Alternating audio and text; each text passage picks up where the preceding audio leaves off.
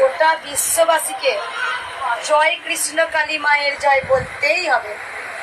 যিনি কৃষ্ণ তিনি কালী, যিনি শ্যাম তিনি শ্যামা, কারণ ভগবানের এবং অদ্বিতীয়। গোটা বিশ্ববাসীকে জয় কৃষ্ণ কালী মায়ের জয় বলতেই হবে।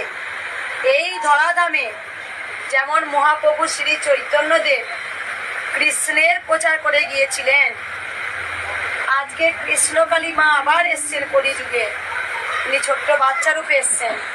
তাই গোটা বিশ্ববাসীকে জয় কৃষ্ণকালী মায়ের জয় বলতেই হবে, তবেই কিন্তু আমরা উদ্ধার হব।